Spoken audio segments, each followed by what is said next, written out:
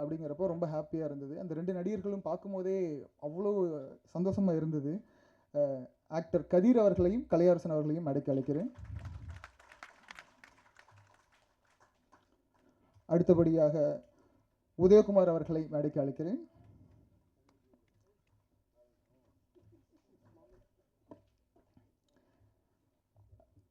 அடுத்தபடியாக நிழல் திருநாவுக்கரசு அவர்களை மேடைக்கு அழைக்கிறேன்.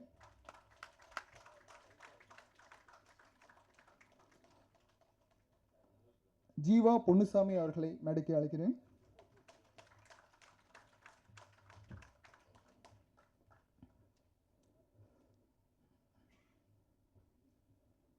அடுத்ததாக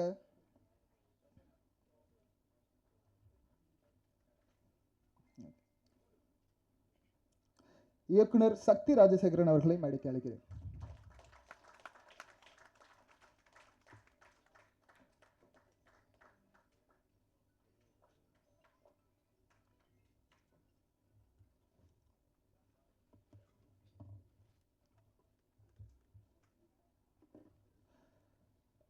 திரைப்படத்தில் நடித்திருந்த வினிதா அவர்களை மேடைக்கு அழைக்கிறேன்.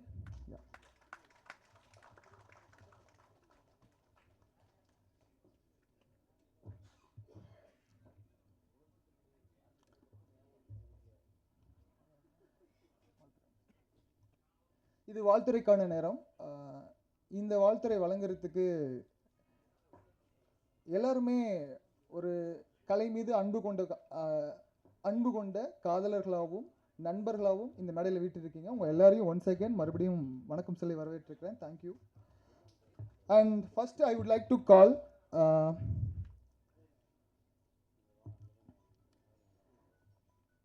ஜீவா பொன்னுசாமி அவர்களை புத்தகம் குறித்து சில விஷயங்கள் பேச வைக்கணும்னு நினைக்கிறேன். ஸோ இந்த புத்தகம் குறித்து பேசுவதற்காக ஜீவா பொன்னுசாமி அவர்களை மேடைக்கு பேச அழைக்கிறேன்.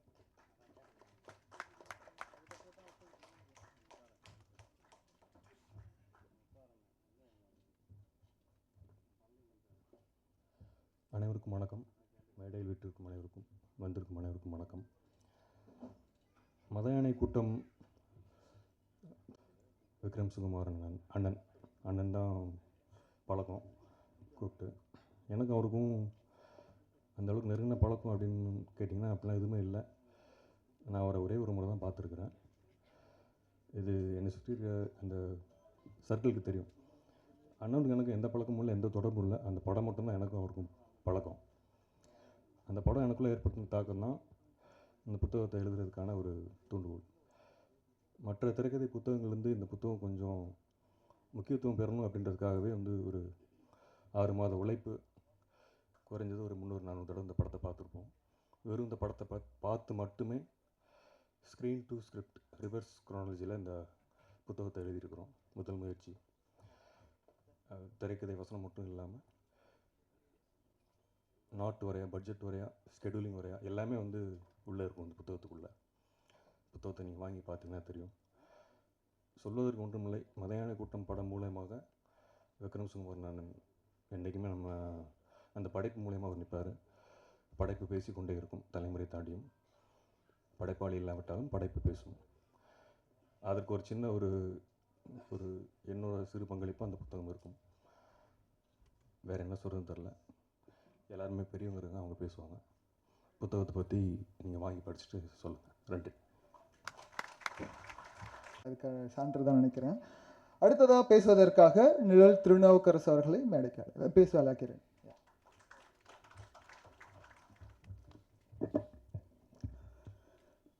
மேடையில் வீற்றிருக்கக்கூடிய நமது நண்பர்கள் அனைவருக்கும், எதிரே இருக்கக்கூடிய எல்லா பார்வையாளர்களுக்கும் எனது முதல் வணக்கத்தை தெரிவித்துக் கொள்கிறேன். ஒரு நாள் ஜனநாதன் ஆஃபீஸ்க்கு போயிருந்தேன். அவரும் பூலோகம் கல்யாணம் அவர்களும் உட்காந்துக்கிட்டு இந்த மதயான கூட்டத்தை பார்த்துக்கிட்டு இருந்துட்டு, என்னையா அது நீங்கள் சொல்லவே இல்லை இந்த படத்தை பற்றி, பயங்கர கல்ட்டு படம் இது அப்படின்ட்டு என்கிட்ட ரொம்ப விதமாக சொன்னார். உடனே விக்ரம் சுகுமார் அவர்கள் நம்பர் போட்டு உடனே பேச சொன்னேன். ரொம்ப நேரம் இவர் நம்ம ஜனநாதன் அவர்கள் அவரோட உரையாற்றினார். அதற்கு பிறகு ரொம்ப நாள் கழித்து இப்போ வந்து ஏப்ரல் மாதத்தில் எங்களுடைய நிழல் பதியம் ஃபிலிம் அகாடமியில் விக்ரம் சுகுமார் அவர்களை வந்து இந்த படத்தை நீங்கள் பேச வரணும் அப்படின்னு சொன்னேன். எதுக்கு நான் பேச வரணும், படம் போட்டப்போ யாருமே அதை பற்றி பேசவே இல்லை அப்படின்னு ரொம்ப கோவப்பட்டுக்கிட்டாரு.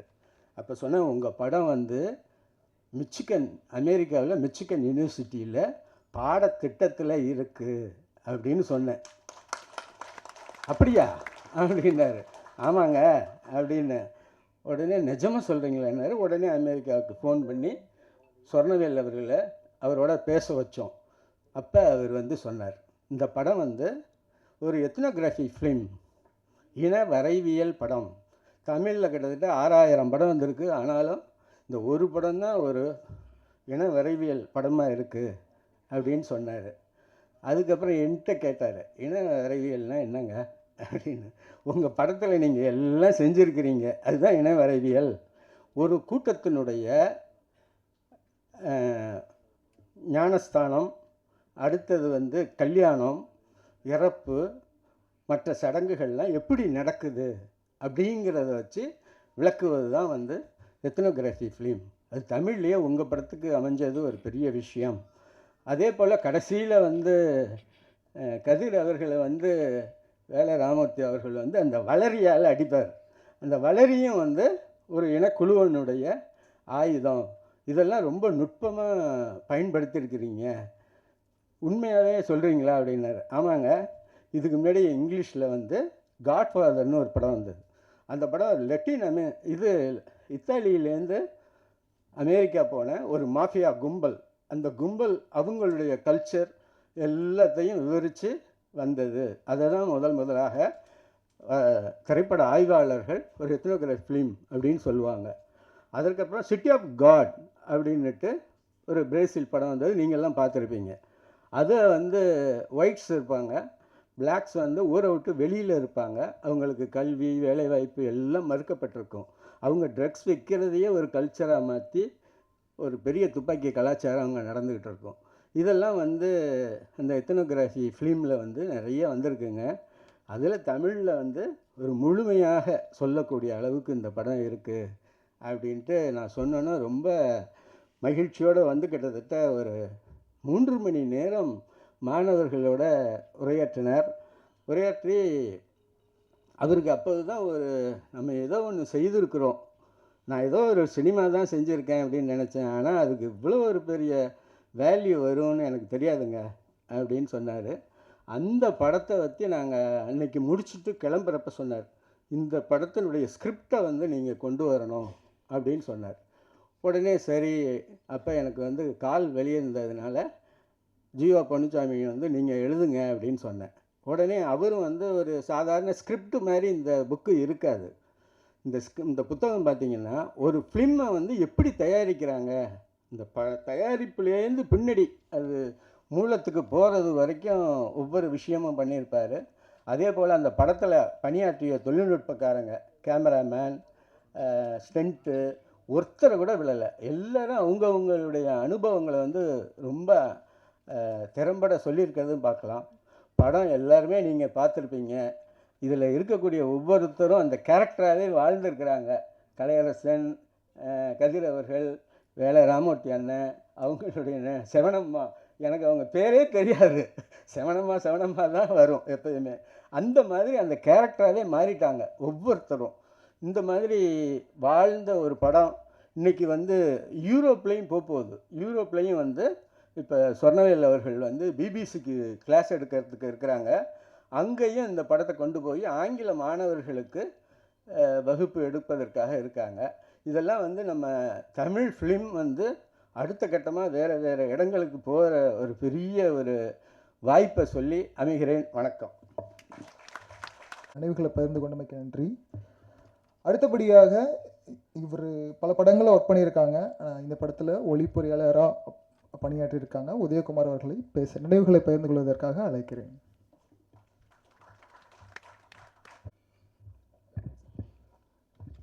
எல்லாருக்கும் வணக்கம். விக்ரம் சுகுமாரன் வந்து எங்களுக்கு பொல்லாதவன்லேருந்து பழக்கம். ஏன்னா அதில் வந்து அவர் அசிஸ்டன்ட் டைரக்டராக இருந்திருக்காரு. டப்பிங்கில் வந்து டப்பிங்கும் மிக்சிங்க்கு வரும்போது அப்போது வந்து எங்களுக்கு இருக்குது. ஜென்ரலாக வந்து டப்பிங்கில் எப்படின்னா ஒரு க்ரௌட் எடுப்பாங்க. ஃபஸ்ட் ஹாஃப் முடிஞ்சோடனே க்ரௌட் முடிஞ்சோடனே ஒரு 2-3 நாள் கழிச்சு செகண்ட் ஹாஃப் எடிட் ஆனால் திருப்பி அதுக்கு க்ரௌட் எடுப்பாங்க. இவர் எப்படி கேட்டிருக்காருன்னா, ஃபஸ்ட் ஹாஃப் யாரெல்லாம் வந்து க்ரௌட் பேசுனாங்களோ அதே ஆளுங்க செகண்ட் ஹாஃப் வேணும்னு கேட்டோடனே அங்கே இருக்கிற எல்லாருமே தெரிச்சிட்டாங்க. நாங்களாம் கூட தெரிச்சிட்டோம். ஏன்னா அந்த க்ரௌடுன்றாங்க அப்போ யார் அவைலபிலிட்டி இருக்காங்களோ அவங்க தான் வருவாங்க. ஸோ இவர் எந்த அளவுக்கு அந்த தொழில் இதில் கரெக்டாக இருக்கணும், அந்த ஸ்லாங்கு டப்பிங் விஷயத்தில் வந்து எங்கேயுமே வந்து இதாகக்கூடாதுன்றதுக்கு வெற்றி கூட வந்து ரொம்ப பயணித்த ஒரு நண்பர் அவர். அதுக்கப்புறம் ஆடுகளத்துக்கு வராரு. ஆடுகளம் அப்போ போஸ்ட் ப்ரொடக்ஷன்னு எல்லாமே டயலாக்லேருந்து எல்லாமே பார்த்துக்கிட்டாரு. மிக்சிங் அப்போ நான் கூப்பிட்றேன் வாயா அப்படின்னா, இல்லை நீ பண்ணு, நான் அப்புறமா வரேன் அப்படின்னாரு. நான் இத்தனைக்கும் சொல்கிறேன், ரஜினி சார்லாம் அந்த படம் பார்க்குறாரு, நீ வரலாமே அப்படின்னா, இல்லை நான் உன் ஸ்டுடியோவுக்கு வந்தால் டேரக்டராக தான் வருவேன், மீதி இல்லை நான் வரமாட்டேன் அப்படின்னு சொல்லி ரொம்ப அவர் வந்து தான் எடுத்த முடிவு கரெக்டாக அப்படின்னு நினச்சி, ஈவன் அந்த படம் ரிலீஸ் ஆச்சு, எல்லாம் முடிஞ்சாலும் என்னை வந்து மீட் பண்ணும்போது நீ வெளில வா, டீ கடைக்கு வா, டீ கடையில் பேசுவோம் அப்படின்வார். படம் மதியான கூட்டம்னு ஒரு படம் எடுத்துகிட்டு வந்து அந்த மிக்சிங் ரூமில் என் கூட வந்து அவர் எந்த அளவுக்கு வந்து தான் நினச்சது நடக்கணும்னு நினைக்கிற ஒரு பிடிவாதத்தோடு இருந்தாருன்னு தெரியும். மிக்சிங் அப்போ தான் அந்த மதியான கூட்டம் அப்போது மிக்சிங் அப்போ தான் என் கூட வந்து உட்காந்தார். அதாவது தான் நினச்சது நான் எப்படி எடுக்கணும், என்ன மாதிரி வரணும் அப்படின்றதுல ரொம்ப பிடிவாதமாக இருந்து அந்த ப்ராடக்டையும் அந்த படத்தையும் நல்லபடியாக கொண்டு வரணுன்றது அவர் மாதிரி நான் யாரும் பார்த்ததில்ல. அதாவது மற்ற படங்களை விட தான் படத்தில் இன்னும் டப்பிங் எவ்வளோ எப்படி இருக்கணும்னா கலைக்கே அவர் தான் பேசினார் டப்பிங். நான் ஸ்லாங் விஷயத்தில் எனக்கு சில பேர் மெட்ராஸ் ஸ்லாங்க்கும் மதுரை ஸ்லாங்க்கும் வந்து சில பேர் அதில் ரொம்ப இதுவாக இருப்பாங்க. ஆனால் விக்ரம் வந்து 2 ஸ்லாங்லேயும் அவர் அவ்வளோ தெளிவாக இருந்தார். இது மெட்ராஸில் இப்படி தான் பேசுவாங்க, இப்படி தான் பேசுவாங்க அப்படின்னு சொல்லி. மதியான கூட்டம் மிக்சிங் அப்போ கூடவே இருந்து தனக்கு என்ன வேணுன்றதில் கொஞ்சம் தெளிவாக இருந்தார். என்ன மாதிரி விஷயங்கள் வேணுன்றது ரொம்ப இதுக்குள்ளே வேணும், எனக்கு இங்கே மியூசிக் வேணும், இங்கே வேண்டாம் அப்படின்றதுல சொல்லிகிட்டே இருப்பார். கிளைமேக்ஸ் சீன் எப்படி இருக்கணும், என்ன மாதிரி அந்த சவுண்டாலாம் அதை கேட்கணும், என்ன விஷயத்தில் அவங்க தெளிவாக அந்த அந்த அவங்க ஒவ்வொருத்தரும் ஒரு ஜாப் பண்ணிகிட்ருப்பாங்க. கேரக்டர் இன்ட்ரடக்ஷன் ஆகும்போது கூட சரி, ஒவ்வொரு சீனும் வந்து வரும்போதும் சரி, ஒவ்வொரு சீனும் அந்த காட்சி எப்படி இருக்கணும், அதுக்கு சவுண்ட் எப்படி இருக்கணுன்றது கூடவே எங்களுக்கு சொல்லிகிட்டே இருப்பார் அவர். ஸோ அவர் இல்லாமல் இருக்கிறது கொஞ்சம் கஷ்டமாக இருக்குது. இருந்தாலும் அவர் படைப்பு இன்னும் மேலும் பேசப்பட நினைக்கிறேன். நன்றி, வணக்கம்.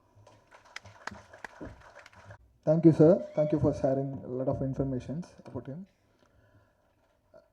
ஏவி பார்த்தப்பையும் சரி, இந்த படம் பார்த்தப்பையும் சரி, இவரோட மூர்க்கத்தனமான நடிப்பும் அந்த கதாபாத்திரமும், அதுவும் கையில் விலங்கு மாட்டிட்டு நடந்து வர சீன் தெரியும், அதில் இருக்கிற ஒரு மீசையை முறுக்கி விடுற அந்த ஒரு கம்பீரமும், ஆனால் அதையெல்லாம் தாண்டி அந்த அவர் சொன்ன அந்த கழுத்தில் வெட்டுப்பட்ட உடனே மேலே ஷில் அவுட்டில் ஒரு மாடியில் நடந்துட்டு இருப்பார், நான் தான் அந்த கொலையை பண்ணேன்ற ஒரு ஒரு ஒரு கர்வமும் கம்பீரமுங்கிறத ஒரு கதாபாத்திரமாக ஒருத்தர் இவ்வளோ கோவப்பட வைக்கக்கூடிய ஒரு கதாபாத்திரம் நடிக்க முடியுமா அப்படிங்கிறது மட்டும் இல்லாமல் பல திரைப்படங்கள்லையும் சரி இவரோட நடிப்பு இவர் நம்மளில் ஒருத்தராக பார்க்க வச்சிருக்கு. இவரோட எழுத்தும் அப்படி தான். திரு வேலராமமூர்த்தி ஐயா அவர்கள் விக்ரம் சுகுமாரன் அவர்கள் குறித்து சில நினைவுகளை பகிர்ந்து கொள்வதற்கான நேரம் இது.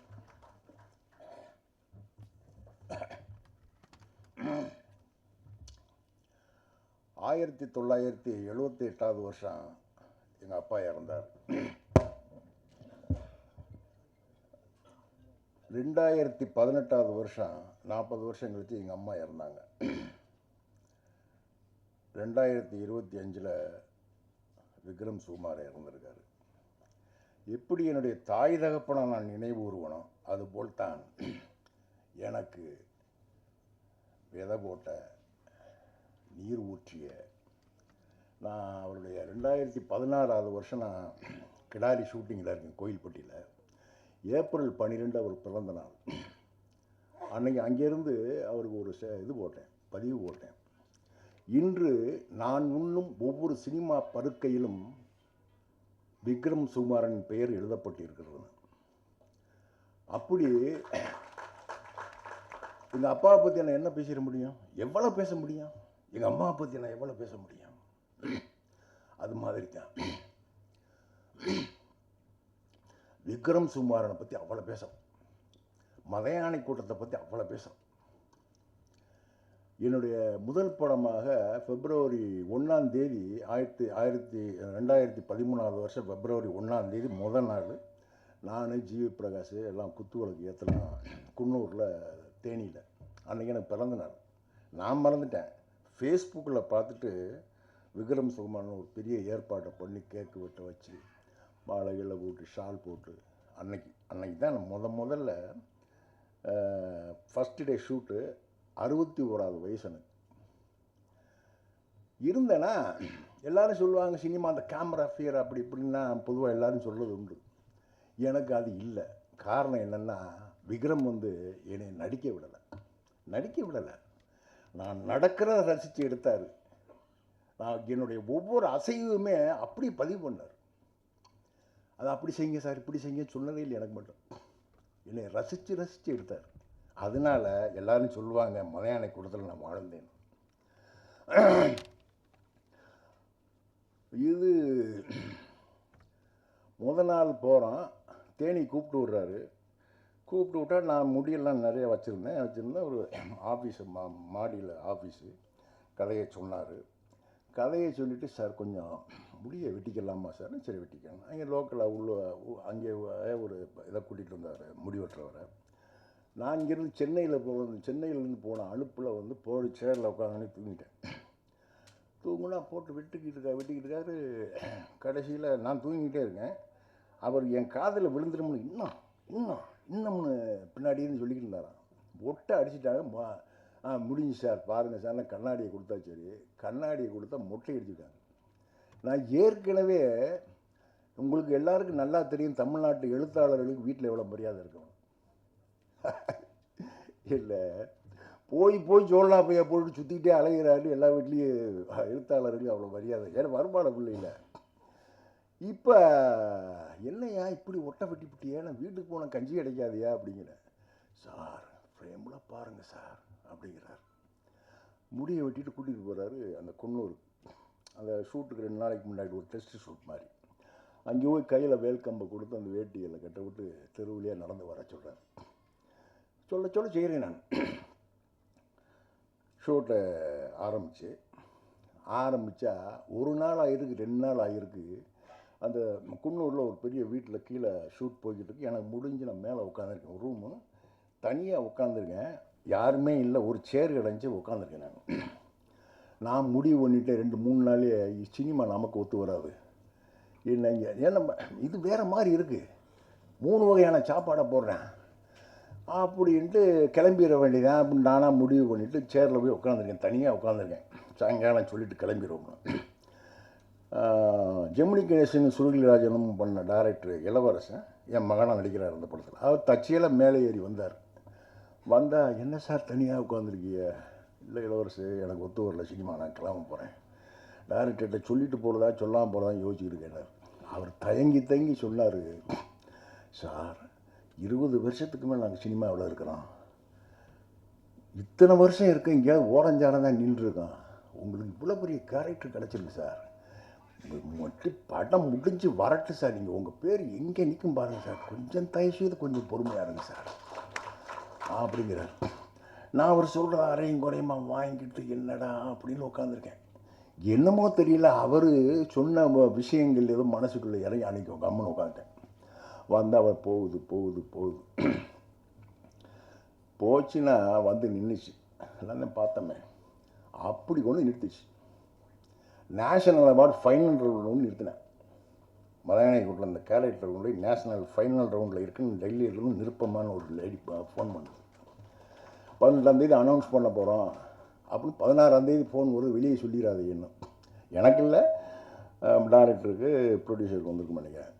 சொல்கிறாங்க 18ஆம் தேதி வரப்போகுது. முதல் படம் எடுத்த உடனே நேஷனல் அவார்டு அடித்தா எப்படி இருக்கேன். பார்த்துக்கிட்டே இருக்கேன். டிவியில் ஸ்க்ரோலில் ஒரு மராட்டி நடிகனுக்கு ஓடுது அந்த அவார்டு. அங்கே ஏதோ பாலிட்டிக்ஸ் பண்ணியிருக்காங்க. இப்படி எவ்வளவு. இன்னொன்று படம் முடிஞ்சு உதவி அங்கே எல்லாம் மிக்சிங் எல்லாம் முடிஞ்சு விக்ரம் கூப்பிட்றாரு, சார் நம்ம முடிஞ்சு சார் வந்து படம் பார்க்குறீங்களா சார்? போகிறேன். அதேமாதிரி நான் தான் எனக்கு தான் முளை போட்டாருன்னு அப்படி தான் சொன்னார் அவர். போய் உட்காந்துருக்கேன். அவர் உதவி இருந்தார். என்னை மட்டும் உட்கார வச்சு ஓட்டுறாரு படத்தை. ஓடிச்சு படம் பாருங்க, எனக்கு தாங்க முடியல. இன்னொன்று, அந்த கதை எனக்குள்ள உள்ள கதை, என்னுடைய சொந்த கதை மாதிரியான கதை அது. எனக்கும் விக்ரமுக்கும் ஒரே மாதிரியான அனுபவங்கள், அந்த சொந்த வாழ்க்கை அனுபவங்கள் வாச்சிருந்துருக்கு.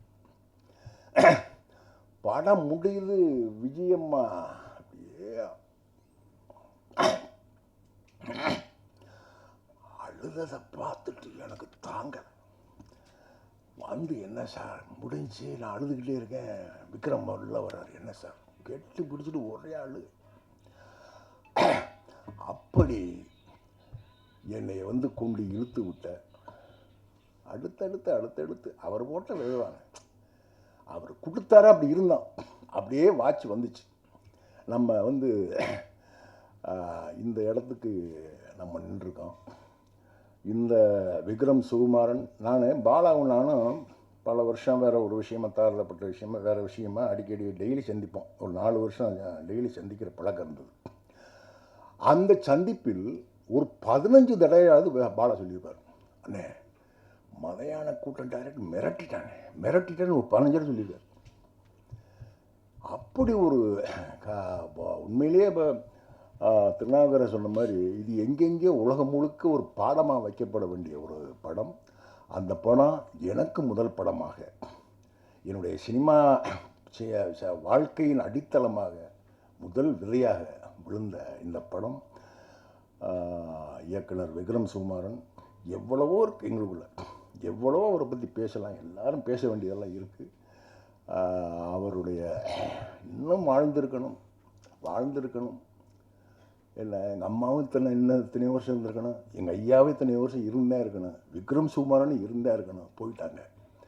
ரொம்ப வேதனையோட அந்த நினைவுகளை நான் என்னுடைய மலையாள கூட்டம் அனுபவங்களையும் விக்ரம் சுகுமாரனுடைய என்னுடைய அனுபவங்களையும் அவருக்கு எனக்குமான உறவுகளையும் எழுதுறதா இருந்தால் இந்த புத்தகம் நான் 2-3 புத்தகம் நான் அப்படி இருக்குது விஷயங்கள். அவருடைய புகழை இந்த தமிழ் சினிமா காலமெல்லாம் கொண்டாடும். காரணம் வழியை கொண்டாடுற விஷயம் இல்லை, ஒரு அழியாத தடத்தை பதிச்சுட்டு போயிருக்காரு. அது என்னுடைய நண்பன் விக்ரம் சுகுமாரனுக்கு இந்த தமிழ் சினிமா செய்யக்கூடிய ஒரு பெரிய காரியமாக இருக்கும். வாய்ப்புக்கு நன்றி கூறி விடைபெறுகிறேன். நன்றி, வணக்கம்.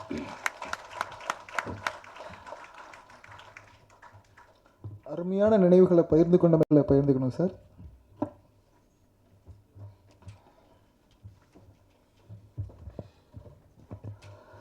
அனைவருக்கும் வணக்கம். நான் மதியான கூட படத்தில் உதவி இயக்குனராக வேலை பார்த்தேன். இங்கே இருக்கிற எல்லாருக்குமே வந்து சார் வந்து இயக்குனர். எனக்கு வந்து அவர் வந்து குருநாதர், ஆசான், எனக்கு எல்லாமே அவர் தான். அப்புறம் வந்து இந்த புத்தகத்தை வந்து வெளியிடணும், அதுக்கு முன்னால் வந்து ஒரு சின்ன ஏவி ஒன்று கட் பண்ணணும் அப்படின்னு சொல்லி ஜீவா வந்து எனக்கு கேட்டிருந்தார். சரி, ஓகே, இது எனக்கு செய்கிறதுக்கு ஒரு மிகப்பெரிய பாக்கியம், இது நீங்கள் கொடுங்க, நான் பண்ணித்தரேன் அப்படின்னு சொல்லுவேன். ஒரு 13-14 வருடங்களுக்கு முன்னால் நடந்த சம்பவங்களை அங்கேருந்து அந்த ஃபோட்டோஸு, வீடியோஸு ஒவ்வொரு நாளும் பார்க்க ரொம்ப உணர்வுபூர்வமாக சாரோடைய உழைப்பு, அதுக்கு பின்னால் நடந்த விஷயங்கள், அது ஒவ்வொரு ஃப்ரேமுக்கும் அவர் பட்ட கஷ்டங்கள், அதுக்கு பின்னால் நடந்தது அவ்வளோ பிரச்சனைகளும் திரும்ப ஒரு ரீகால் ஆகி பண்ணும்போது அது ரொம்ப எமோஷ்னலாக தான் என்னாலேயே அதை கனெக்ட் பண்ணி எடிட் பண்ண முடிஞ்சுது. ஃபுட்டேஜாகவே எனக்கு அதில் இருந்தது வந்து ரொம்ப மேக்கிங்காக அவருடைய ஷார்ட்ஸ் முக்கியமாக வரணும். அதுக்கு முன்னால் அப்புறம் படம் எங்கே ஆரம்பிக்குது, படம் எங்கே முடியுது, இதுக்குள்ளே அந்த சாங்குக்குள்ளே ஒன்று பண்ணலாம். அப்புறம் அவருடைய மேக்கிங்கில் அவருக்குள்ளே ஒரு விஷயம் பண்ணணும்னு முடிவு பண்ணி தான் பண்ணோம். பட் பண்ணவே எனக்கே அது எமோஷ்னலாக பண்ண முடியல. அது லாஸ்ட்டாக முடித்து பார்க்கும்போது எனக்கே ரொம்ப ஹாப்பி. சாருக்கு அவருக்கு இது வந்து ஒரு நம்ம சைட்லேருந்து ஒரு கொடுத்த ஒரு மரியாதையாக இருக்குன்னு தான் நினச்சி பண்ணுறோம். அப்புறம் இந்த மதியான கூட்டம், இது வந்து எல்லோரும் அந்த விஷயங்களை பகிர்ந்துப்பாங்க. ஒரு அசராத உழைப்பாளி, கடுமையான ஒரு படைப்பாளி, அது எல்லாருக்கும் தெரியும். அதை தாண்டி ஒரு படங்கள் எடுக்க போகும்போது அது மேலே இருக்கிற நேசிப்பு, ஒரு படத்தை நேசித்து எடுக்கிறோம். ஸ்கிரிப்ட் எல்லோரும் பண்ணிவிடுவாங்க, அது திரைக்கதையாக பண்ணிவிடுவாங்க. அது எடுக்கும் போது நம்ம நினச்சது சரியாக எடுக்கிறோமா, அது சரியாக வந்துடணுமா அப்படின்றது அந்த நாள் முடிவு பண்ணோம். ஷூட்டிங் டேஸில் அந்த நாள் முடிவு பண்ணோம்.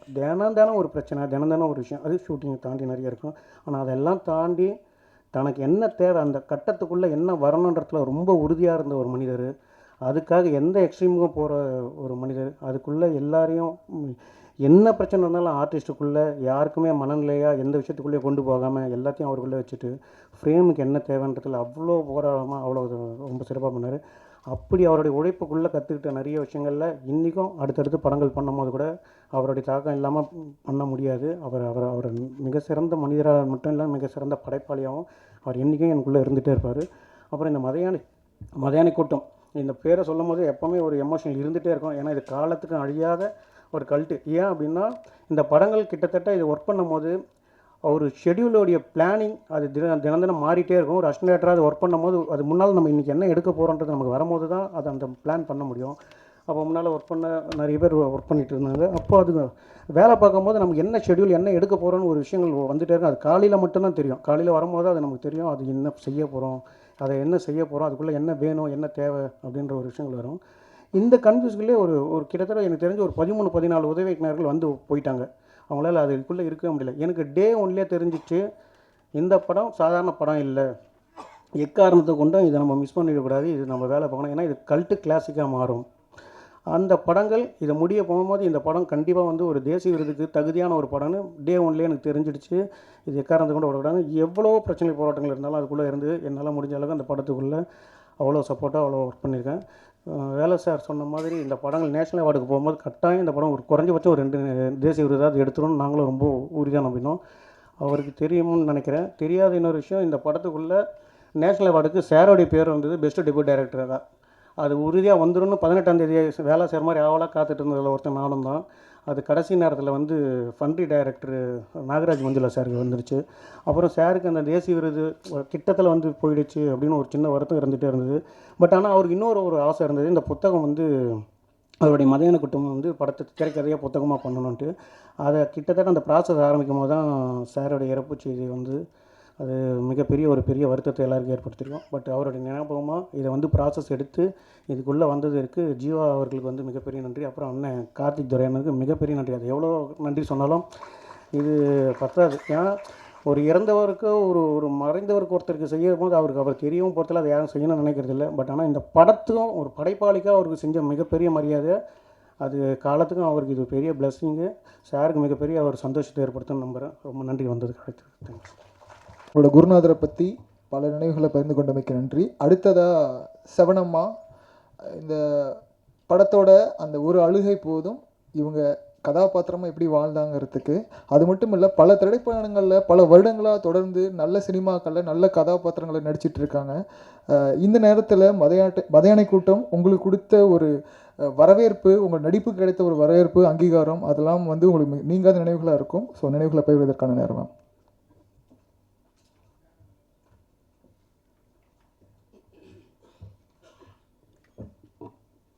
மேடையில் இருக்கிற எல்லாருக்கும் வணக்கம். வருகை தந்திருக்கிற பத்திரிகை நண்பர்களுக்கு எல்லாருக்கும் வணக்கம். நான் இன்னும் கொஞ்சம் லேட்டாக வந்திருக்கலாமேன்னு தோணுச்சு. ஏவியை பார்த்தோன்னே எனக்கு மனசு என்னமோ பண்ணிச்சு. என்னால் முடியல, என்ன பேசுறதுன்னு முடியல. நிறைய பேசணும்னு நினைப்போம். ஒரு டைமில் சில வார்த்தைகள் வராது. மதியான கூட்டம் ஸ்டோரி சொல்கிறதுக்கு அவர் ஃபோன் பண்ணார் எனக்கு. அவர் அப்படியே அந்த கோடம்பாக்கமில் காரில் போயிட்டு இருந்தப்போ ஆரோகணம் போஸ்டர், பெரிய பொட்டு மஞ்சள் பூசின முகம், ஆரோகணம்னு கீழே இருக்கும். அந்த போஸ்டர் பார்த்துட்டு அப்படியே பார்த்துட்டே போனாரா, யார் இவங்க அப்படின்னு நினச்சிட்டு. அவர் என்ன தெரியாது அவருக்கு. அப்புறம் சொன்னாங்க போல். அப்புறம் நம்பர் வாங்கிட்டு கதை சொல்கிறதுக்கு வீட்டுக்கு வந்திருந்தார். வந்து உட்காரும்போதே கதை சொல்கிறதுக்கு முன்னாடியே, உங்களுக்கு இந்த கதை ரொம்ப பிடிக்கும், பிடிச்சாலும் பிடிக்காட்டாலும் இந்த கேரக்டர் நீங்கள் தான் பண்ணுறீங்க அப்படின்னு சொன்னார். அவ்வளோ உறுதியாக இருந்தார் நான் அந்த கேரக்டர் பண்ணணும் அப்படின்னு. இந்த வார்த்தை சொன்னீங்க சார், நீங்கள் கதையாக சொல்லாதீங்க, பரவாயில்ல நான் பண்ணுறேன் அப்படின்னு சிரிச்சுட்டு சொன்னார். கதையாக சொன்னார். அந்த சொல்கிற அந்த விதம், அந்த கதை சொல்லும்போதே எனக்கு வந்து படம் பார்த்துட்டேன் நான். அப்படி ஒரு டெக்னீஷியன் அவர், அப்படி ஒரு இயக்குனர் அவர். கண்டிப்பாக நான் பண்ணுறேன் சார் அப்படின்னு. லொக்கேஷனுக்கு போனேன். ஏர்போர்ட்லேருந்து போகும்போது ஒரு ஷர்ட்டு, ஒரு பேண்ட்டு, ஒரு தொப்பி போட்டுட்டு போவோம் இல்லைங்களா, அப்படி போய் இறங்கினேன் தேனியில். ராகுல் தனமான் கேமராமேன், அவரை நான் பார்த்ததில்லை, அவர் என்னை பார்த்ததில்லை. அவர் ஏதோ ஒரு ஆர்டிஸ்ட் பண்ணுவாங்கன்னு சொல்லியிருக்காங்க போல். அவர் பார்த்தோன்னே ஷார்ட் ரெடி பண்ணிட்டு இருந்தாங்க, டெத் சீன் அது. நான் போன உடனே டைரக்ட் சார் என்னை கூட்டின்னு போயிட்டு இவங்க தான் செவன் அம்மான்னு சொன்னப்போ என்னை பார்த்துட்டு அப்படின்னாராம், இவங்க எப்படி இந்த கேரக்டர் அப்படின்ற மாதிரி. அப்புறம் ஏதோ ஒரு டென்ஷனில் இருந்தார் அவர். நான் கேட்டேன், சார் நான் ஒரு 11:30 12க்கு வந்து சேர்ந்துருந்தாங்க, இந்த டெத்து அந்த இதெல்லாம் நடந்துக்கிட்டு இருந்தது. சார் நான் எப்படி இருக்கணும், எப்படி வரணும் சார், எனக்கு ஐடியா இல்லை, எனக்கு லுக்கு ரெஃபரன்ஸ் ஃபோட்டோ கூட எனக்கு வந்ததில்லை அப்படின்னு. நீங்கள் காஸ்டியூமில் இறங்கிட்டால் நீங்கள் என்னோடய செவனம்மாவை ஆகிடுவீங்க அப்படின்னாரு. அதான் சார் எப்படின்னு சொல்லுங்கள் அப்படின்னா. எரிச்சல் வந்துச்சு போல இருக்கு அவருக்கு. அந்த கூட்டத்தில் உட்காந்து ஒப்பாரிச்சிட்டு இருப்பாங்க ஒரு 10-15 பொம்பளைங்க. நீங்கள் அதில் உட்காந்தா நீங்கள் யாருன்னு தெரியக்கூடாது மேடம், அப்படி வாங்க அப்படின்ட்டாரு. என்னப்பா இப்படி சொல்லிட்டாருன்னு சொல்லிட்டு போன உடனே ட்ரெஸ் எல்லாம் ரெடி பண்ணிவிட்டு அயன் எல்லாம் பண்ணிவிட்டு வச்சுருந்தாங்க. அதெல்லாம் நான் கசக்கி கீழே போட்டு மிதிச்சு எல்லாம் பண்ணி இது போட்டு ப்ரௌன் எல்லாம் பூசிட்டு என்னோடய அசிஸ்டண்ட் கிட்ட சொன்னேன், நான் அங்கே போய் அந்த கூட்டத்தில் உட்காந்துக்கிறேன், அவர் கேட்டப்போ சொல்லு அப்படின்னு. அவர் டைம் பார்த்துட்டு இருந்தார், அம்மா இன்னும் வரலையே. நான்லாம் ரெடி ஆனோன்னே மின்னல் மாதிரி ரெடி ஆகிடுவேன், 5 நிமிஷத்தில் ரெடி ஆகிடுவேன். போயிட்டு சார் மேடம் ரெடி ஆகி போய் அங்கே ஒரு 15 நிமிஷம் ஆச்சு சார், அங்கே இருக்காங்க பாருங்கள் அப்படின்னா.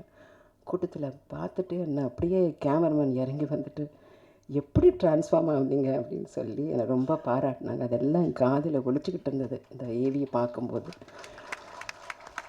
சம்டைம்ஸ் டைரக்டர் வந்து வேலா சார் சொன்ன மாதிரி ஒரு ஃப்ரீடம் கொடுத்தாரு நல்லா நடிக்க.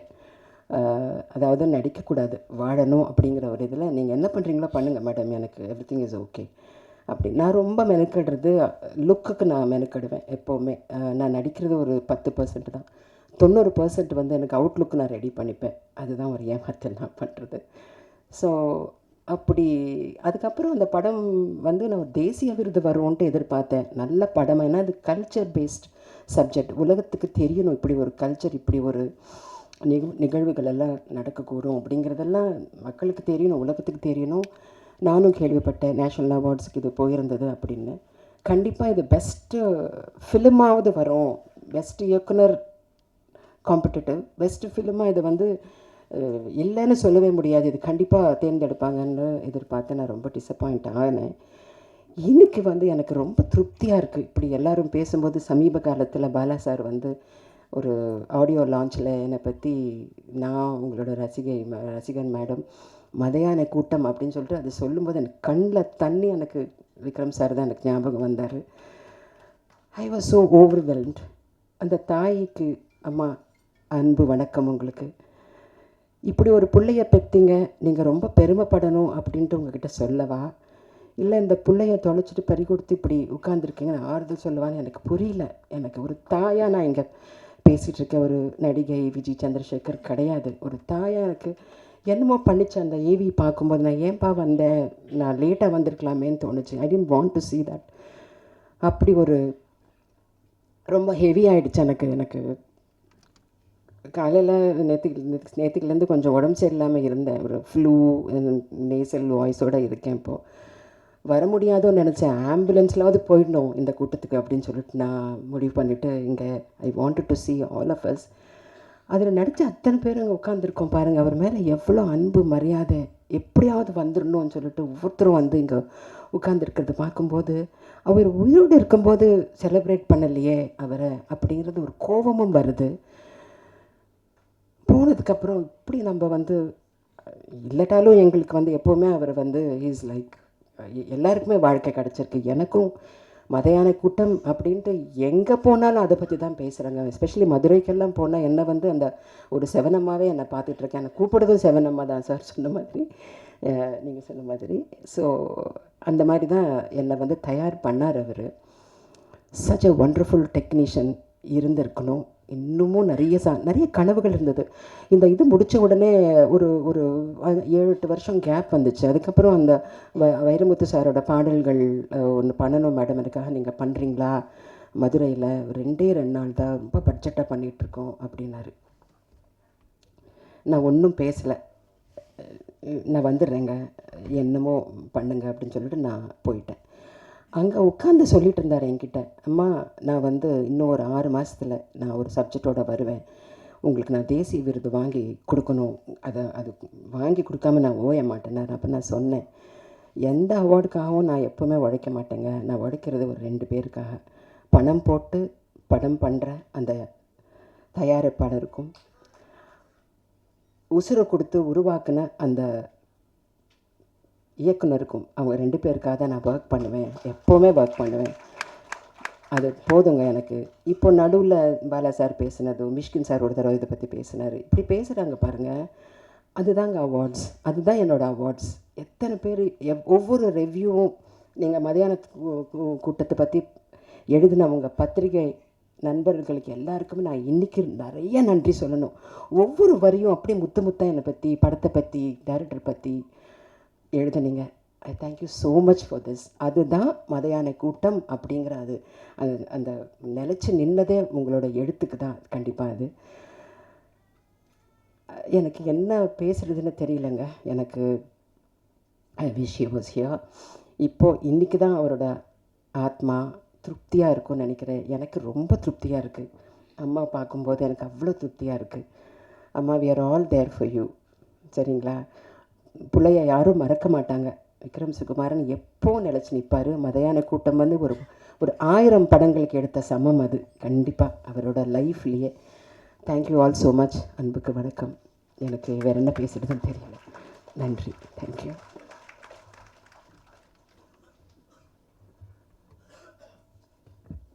Thank you for the emotional sharing ma'am. நீங்கள் சொன்ன மாதிரி வெகு மக்கள்கிட்ட கொண்டு போய் சேர்க்குறது ரொம்ப சந்தோஷமாக இருக்குது. அது பெரிய இயக்குநர்கள் சொல்கிறப்போ இன்னும் கூடுதல் சந்தோஷமாக இருக்குது. அதுக்கு காரணமாக இயக்குனர் விக்ரம் சுகுமாரன் அவருக்கு ரொம்ப சந்தோஷம். ஒரு சிலருக்கு மட்டும் தான் பேரே அந்த வாழ்க்கையே அமையும் அப்படிங்கிறப்ப சந்தோஷமாக இருக்குது. இன்றைக்கி இருக்க மாடர்ன் டே ஆக்டர்ஸில் ரொம்ப வருடங்களாக போராடி இன்றைக்கி ஒரு இடத்துக்கு வந்துட்டு இருக்காரு. அதை நினைக்கிற சந்தோஷமாக இருக்குது. கலையரசன் அவர்களை நினைவுகளை பயன்படுத்துறதுக்கு அழைக்கிறேன்.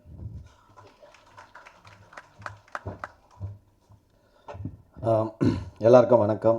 மேடையில் இருக்க பெரியவங்க, வந்திருக்க பத்திரிகை ஊடகம் எல்லாருக்கும் வணக்கம். எனக்கு எங்கேருந்து ஸ்டார்ட் பண்ணுறதுன்னு தெரில. மதியான கூட்டம் வந்து என் லைஃப்பில் ஒரு ரொம்ப ரொம்ப ரொம்ப முக்கியமான ஒரு படம். ஃபஸ்ட்டு கார்த்திக் அண்ணாவுக்கு ரொம்ப நன்றி, இந்த மாதிரி ஒரு மீட்டை அரேஞ்ச் பண்ணதுக்கு. நிறைய விஷயம் இருக்குது மதியான கூட்டமில். வேலராமூர்த்தி சார் சொன்ன மாதிரி அவருக்கு அது முதல் படம். நான் வந்து அதுக்கு முன்னாடி நான் மதியான கூட்டம் உள்ளே போனதே ஒரு பெரிய கதை. ஏன்னா விக்ரம் சார் வந்து எவ்வளோ பர்ஃபெக்ஷனிஸ்ட்டுன்னு எல்லாருக்கும் தெரியும். நான் வந்து முகமுடின்ற ஒரு படம் முடிச்சுட்டு திரும்ப ஒரு ஆஃபீஸாக போய் ஃபோட்டோ கொடுத்துட்டு இருக்கும்போது யதார்த்தமாக மதியான கூட்டம் ஆஃபீஸ் போய் ஃபோட்டோ கொடுக்குறேன். அப்போ ஆல்ரெடி அந்த சில நபர்கள் அசிஸ்டன்ட் டைரக்டர்ஸ் மட்டும் இங்கே இருந்தாங்க. டைரக்ஷன் டீம்லாம் தேனி போயிட்டாங்கன்னு நினைக்கிறேன். அப்போ ஃபோட்டோ வாங்கிட்டு, இப்போ நல்ல கண்டுப்பா, இந்த படத்துக்கு ஒரு மாதிரி கேரக்டர் இருந்தது பூலோகராசான்னு. பட் ஆனால் அது ஆள் செலக்ட் பண்ணிட்டோம், நெக்ஸ்ட் ஏதாவது படம் இருந்தால் சொல்கிறோம். சரி ஓகே நான் வந்துட்டேன். அதுக்கப்புறம் இப்போ இந்த முயற்சி பண்ணுற காலங்களில் வந்து நம்ம தாடி வச்சுட்டு ஒரு ஆடிஷன் போவாங்க. போனால் தாடி இல்லைனா நீ தான் இப்போ இந்த கேரக்டர்னாங்க. சார் உடனே போய் ஷேவ் பண்ணிட்டு வருவோம், செட் ஆகாதுன்னு அனுப்பிச்சிருவாங்க. திரும்ப போயிட்டு ஒரு கேரக்டர் போனால், தம்பி என்ன இந்த ஃபோட்டோ தாடி இருக்கு, இப்போ நீ தாடி இல்லைனா இல்லை எடுத்துட்டேன் சார், இது தாடி இருந்தால் நீ தான்ப்பா நடிச்சிருப்பா அப்படின்வாங்க. ஸோ அந்த மாதிரி இருக்கும்போது ஒரு கதையில் வந்து நான் திடீர்னு ஷேவ் பண்ணுனாங்க. நிறைய தாடி வச்சுருந்தேன். அப்போ வந்து இந்த மதியான கூட்டம் முடிச்சுட்டு வந்தோடனே, நீ தாடி இருக்கும்போது மட்டும் எங்களை ஒரு வார்த்தை கேளுப்பான்னு சொல்லி அனுப்பிச்சிருந்தாங்க. சரின்ட்டு நான் பைக்கில் போயிட்டுருக்கேன். ஒரு ஆஃபீஸில் போனால், நீங்கள் ஷேவ் பண்ணணும்பா, உடனே ஒரு லுக் டெஸ்ட் பண்ணணும் அப்படின்னா வேறு ஒரு படத்துக்கு.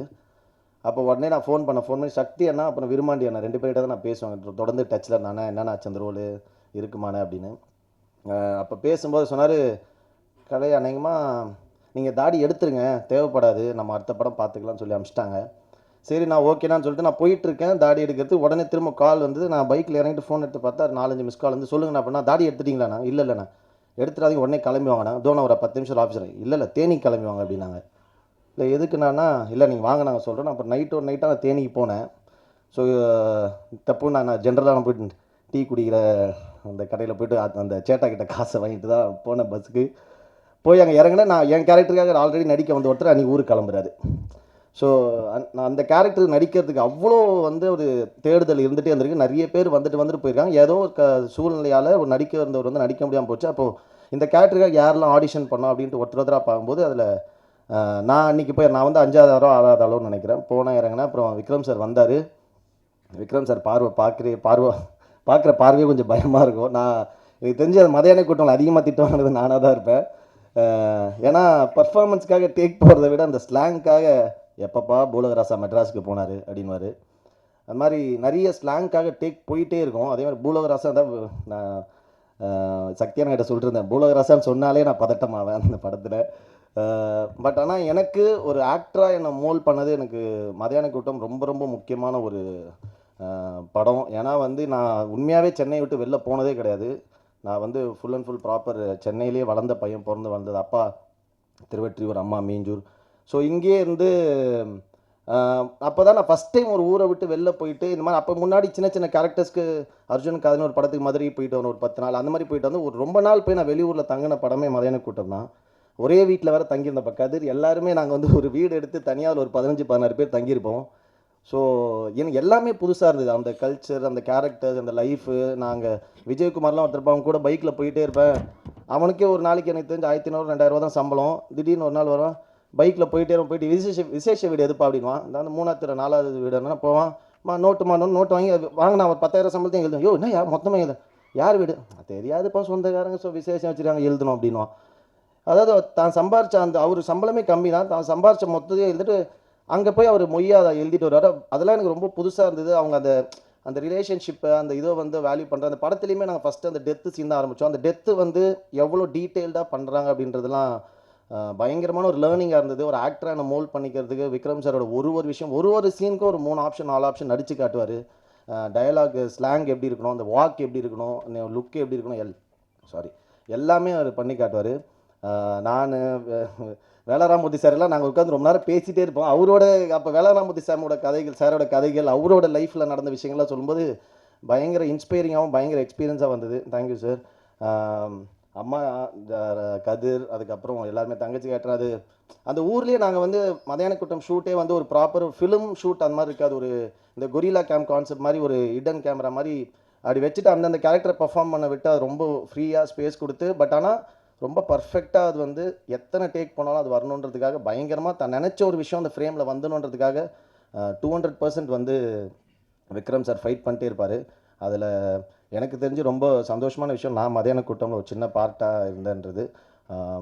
சக்தி அண்ணன், இளவரசன் அண்ணன், விருமாண்டி அண்ணன், இந்த மாதிரி அந்த ஒரு படமே எனக்கு ஒரு பெரிய சினிமாவில், ஏன்னா நம்ம ஒரு சின்ன ஸ்பேஸ் கிடைக்குமா, ஒரு டைலாக் பேசிட முடியுமான்னு சுற்றிட்டு இருந்த காலத்தில் நமக்கு அந்த மாதிரி ஒரு கேரக்டர் அமைஞ்சது வந்து ரொம்ப சூப்பரான விஷயம்.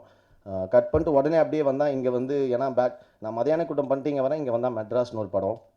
அப்படியே மெட்ராஸ் ஸ்லாங், நான் மதியான கூட்டம் லுக்கில் தான் மெட்ராஸ் லுக் டெஸ்ட்டே பண்ணேன், மொட்டை அடிச்சுட்டு. ஸோ அப்போ முடிஞ்சோடனே மெட்ராஸ் முடிஞ்சு. ஸோ இந்த மாதிரி ஒரு மதுரை, ஒரு தேனி மாவட்டத்திலேருந்து அந்த மாதிரி ஒரு கல்ச்சரில் வந்த ஒரு படமும், மெட்ராஸ் மாதிரி அந்த படமும் உடனே எனக்கு ஒரு நல்ல பேர் கொடுத்தது 2 படமும். ஸோ அதனால் லைஃப்பில் நான் விக்ரம் சாருக்கு வந்து நான் இந்த சினிமாவில் இருக்கிற வரையும், உயிரோடு இருக்கிற வரையும் அந்த நன்றி எனக்கு இருக்கும். Thank you Vikram sir. கண்டிப்பாக நிறைய எக்ஸ்பீரியன்ஸ் இருக்குது மதியான கூட்டமில், இன்னும் வரவங்க நிறைய சொல்லுவாங்க. எப்போவுமே ஒரு சினிமான்றது வந்து எத்தனை வருஷம் ஆனாலும் அதை கண்டிப்பாக அது இருக்கும், அந்த படைப்பு வந்து என்றைக்குமே அழியாது. ஸோ அதுக்கு ஒரு எக்ஸாம்பிள் தான் இது.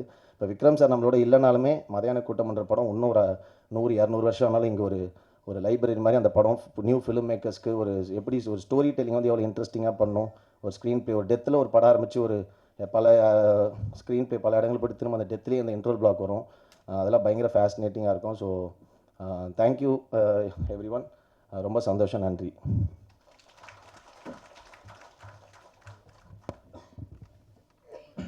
தேங்க்யூ கலைனா, பல விஷயங்களை பகிர்ந்துக்கிட்டு பல மெமரிஸை ஷேர் பண்ணதுக்கு நன்றி.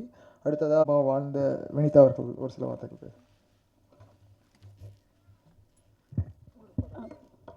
இங்கே வருகை தந்திருக்கும் அனைவருக்கும் மாலை வணக்கத்தோட நன்றியை தெரிவிச்சுக்கிறேன். இந்த படம் வந்து எனக்கு லைஃப்பில் ஒரு பெரிய பேர் வாங்கி கொடுத்த படம். மதுரை சைடெல்லாம் போனால் உங்கள் சாங் இல்லாமல் இங்கே கல்யாணம் நடக்கிறதில்ல அப்படின்லாம் சொல்லும்போது ஒரு மாதிரி பூரிப்பாக இருக்கும். சாரோட ஒர்க் பண்ணது வந்து ஒரு பெரிய எக்ஸ்பீரியன்ஸாக இருந்தது. சார் ஒரு பேட்டியில் சொல்லியிருந்தாங்க, இந்த படத்தில் வந்து எனக்கு ஒரு சோப்பு டப்பா கூட கிடைக்கல அப்படின்னு ரொம்ப ஆதங்கமாக சொல்லியிருந்தார். ஆனால் இன்றைக்கி இந்த புத்தகம் மூலியமாக இனிமேல் வரக்கூடிய கலைஞர்களுக்கு எல்லாருக்கும் ஒரு அடித்தளம் போட்டு போயிருக்காரு அப்படின்னு நினைக்கும்போது ரொம்ப ரொம்ப ரொம்ப பெருமையாகவும் சந்தோஷமாகவும் இருக்குது. கண்டிப்பாக சாரோட ஆத்மா வந்து சாந்தி அடையும். எங்கள் படத்தோட பாடலில் ஒரு லைன் வரும், மதியான கூட்டத்துக்கு மரியாதை செலுத்துகிறோம். உண்மையாகவே இந்த மதியான கூட்டத்துக்கு மரியாதை செலுத்துறதுக்காக இவ்வளோ பேர் வந்தது நினைக்கும்போது ரொம்ப சந்தோஷமாக இருக்குது. அம்மா நாங்கள்லாம் இருக்கோம், நீங்கள் ஒன்றும் கவலைப்படாதீங்க. வாய்ப்பளித்த எல்லாருக்கும் ரொம்ப நன்றி. தேங்க்யூ. தேங்க்யூ. அடுத்ததாக இவரோட சித்தாந்தமும் ஃபோர்த் வால் பிரேக்கிங்காக தான் இருந்திருக்கு. ஸோ டிரெக்டர் ஆக்டர் திரு கரு பழனியப்பன் அவர்களை பேசுவதற்கு அழைக்கிறேன்.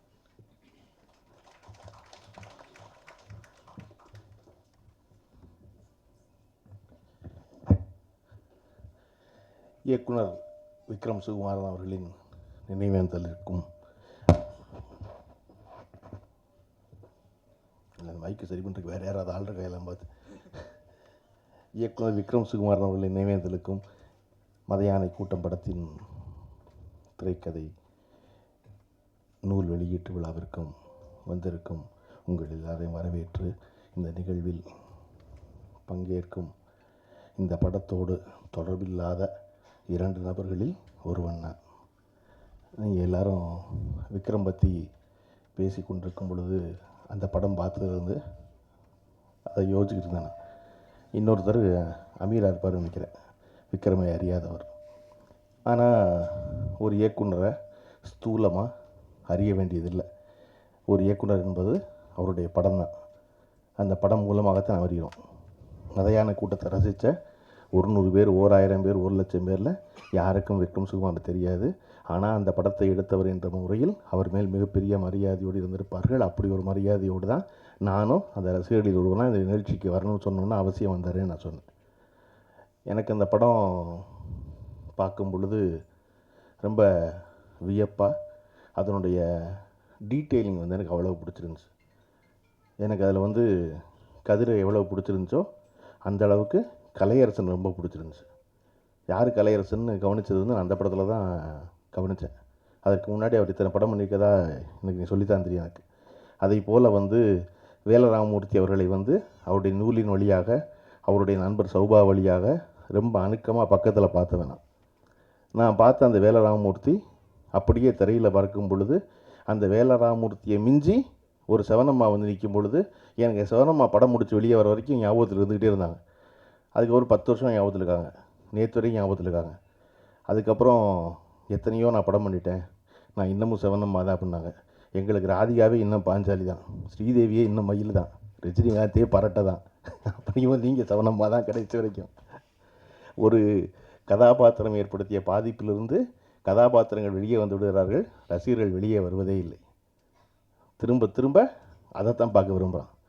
நீங்கள் ரஜினிகாந்த் எத்தனை ஹீரோவன் நடித்தாலும் மறுபடியும் என்றைக்கு இதே எப்படி இருக்குது கேட்குறாரோ அன்னைக்கு தான் அவர் நமக்கு பிடிச்சாள். என்றைக்கு மறுபடியும் ஒரு வில்லனாக இருக்காரோ அன்றைக்கி தான் அவர் நமக்கு பிடிச்சாள். ஏன்னா அவர் அப்படித்தான் எனக்கு பதிஞ்சிருக்கார், அப்படித்தான் ஞாபகத்தில் இருக்கும். அப்படி ஒரு திரைப்படத்தை கிட்டத்தட்ட 10-12 ஆண்டு காலம் கழித்து இப்படி கொண்டாடுவது என்பது மகிழ்ச்சிக்குரியதா அப்படின்னா இல்லை. ஒரு திரைப்படத்தை அதன் இயக்குனரை இன்றைக்கி கொண்டாடுறோம். அவருக்கு இன்றைக்கி இருந்திருந்தாருன்னா அவருடைய ஆத்மா பெரிய திருப்தி அடைஞ்சிருக்கும் அப்படின்னு சொல்லுது. திருப்தி அடைந்திருப்பது நம்முடைய ஆத்மாவை தவிர விக்ரம் சுகுமாரன் ஆத்மாவாக இருக்கவே முடியாது. அது இருக்க முடியும். அந்த ஆத்மா என்ன சொல்லணும்னா, அயோக்கிய பயலா இன்றைக்கி கூடுறீங்களா எல்லாருக்கும் இல்லையா? அப்போ என்ன செய்வது அப்படின்னா, நடிகர்கள் எல்லோரும், தயாரிப்பாளர்கள் எல்லோரும் தொடர்ச்சியாக இயக்குநர்களை வைத்து அடுத்தடுத்து படங்கள் செய்வது தான் ரொம்ப முக்கியம். நீங்கள் நினச்சி பாருங்கள், பேசுகிற 10 நிமிஷத்துக்குள்ளே கோயம்புத்தூர் ஸ்லாங் எட்டி பார்க்குற கதிரையும், நான் மீஞ்சூர் அம்மாவுக்கு பிறந்தவன் சொல்கிற கலையரசனையும் கொண்டு போய் மதியான கூட்டத்தில் ஒருத்தரை ஆக்கிட முடியும் ஒரு இயக்குனராலேனா, அந்த இயக்குனரை ஒவ்வொரு படத்துலையும் அயோக்கிய பையில தீக்குளிக்க சொல்லிக்கிட்டே இருப்பாங்க. இங்கே இயக்குனர் ஒவ்வொரு படத்துக்கு தீக்குளிக்கணும், ஒவ்வொரு படத்துக்கும் நிரூபிக்கணும்.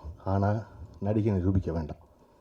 நடிகன் 10 தோல்வி படம் எடுத்துகிட்டு வரலாம், அது மறுபடியும் என்ன சொல்லுவான்னா, இயக்குனருக்கு நான் வாய்ப்பளிச்சேம்மா. இயக்குனர் வெற்றி பெற்றுட்டாருன்னா காலம் உள்ளளவு மறக்க மாட்டேம்மா. எப்போ வரைக்கும்? மறுபடியும் அடுத்த படத்தில் தீ குளிக்கிற வரைக்கும். நீங்கள் அடுத்த படத்துலையும் தீ குளித்து நிரூபிக்கணும். ஆனால் ஒரு பொழுதும் நான் இல்லாத பொழுது நீ என்ன செஞ்ச அப்படின்னு ராமன்களை பார்த்து தீ குளிக்க சொல்கிற வாய்ப்பு சீதைகளுக்கு வாய்ப்பதே இல்லை இல்லையா? எப்படி ஒரு இயக்குனர் படத்துக்கு படம் நிரூபிப்பான்?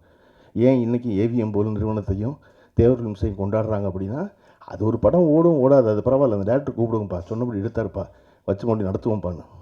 அப்போ இந்த படத்தை இதை போன்ற இயக்குநர்களை தொடர்ந்து நிறைய பண்ணும்.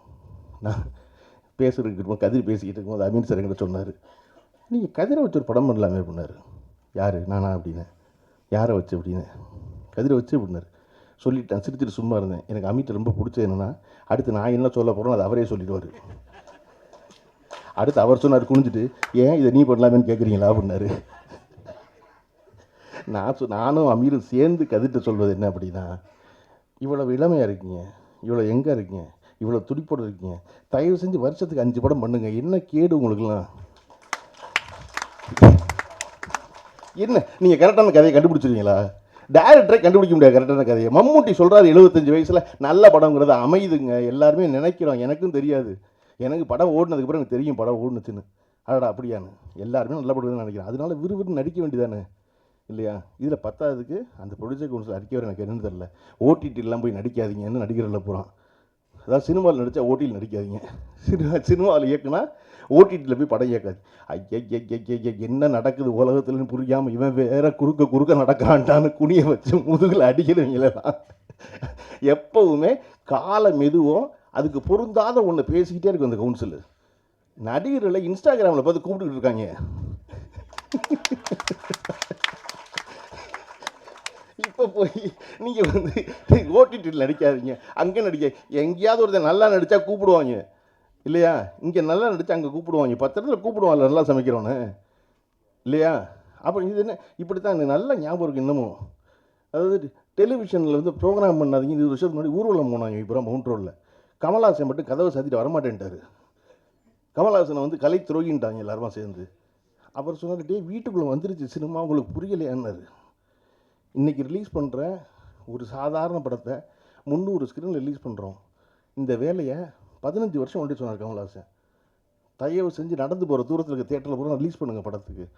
சினிமாவுக்கான வாழ்நாள் காலம் குறைஞ்சிருச்சு, அதற்கு பதிலாக வியூவர்ஸை தான் நான் மதியப்படுத்தணும் அப்படின்னு சொன்னார். அதெல்லாம் சினிமாவை என்ன நீங்கள் அப்படின்னாங்க.